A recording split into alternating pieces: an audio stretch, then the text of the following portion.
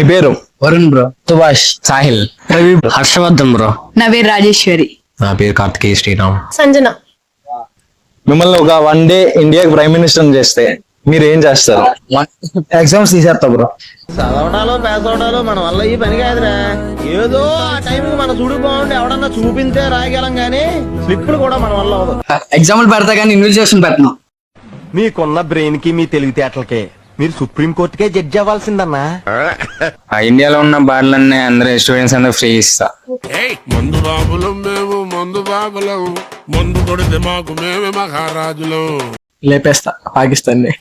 తమ్ముడు నీకేదో కిరికిరి పంచాయతీ పెట్టాలని సార్ కోరుకున్నట్టున్నది.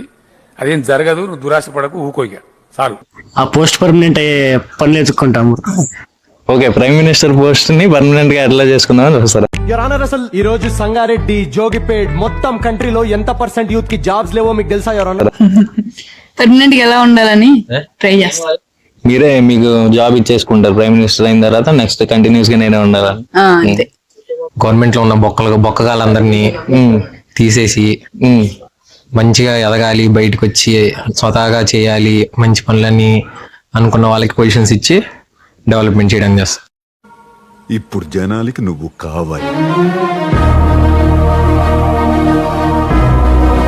ప్రతిదానికి క్వాలిఫికేషన్ కావాలి, కానీ పొలిటీషియన్స్ అవసరం. ఎందుకంటే ప్రజలకు మంచి చేయాలనుకునే వాళ్ళకి చదువుతో సంబంధం లేదు. అది ఒకప్పుడు మాట, ఇప్పుడు కూడా అదే ఇంకా ఆచరణలో ఉండడం కరెక్ట్ కాదని నేను అనుకుంటున్నా. సో వాళ్ళకి మినిమం క్వాలిఫికేషన్, వాళ్ళకి మినిమం మాట్లాడే తీరు ఉన్న వాళ్ళని మాత్రమే పొలిటీషియన్స్ గా ఉంచాలని నేను అనుకుంటున్నాను.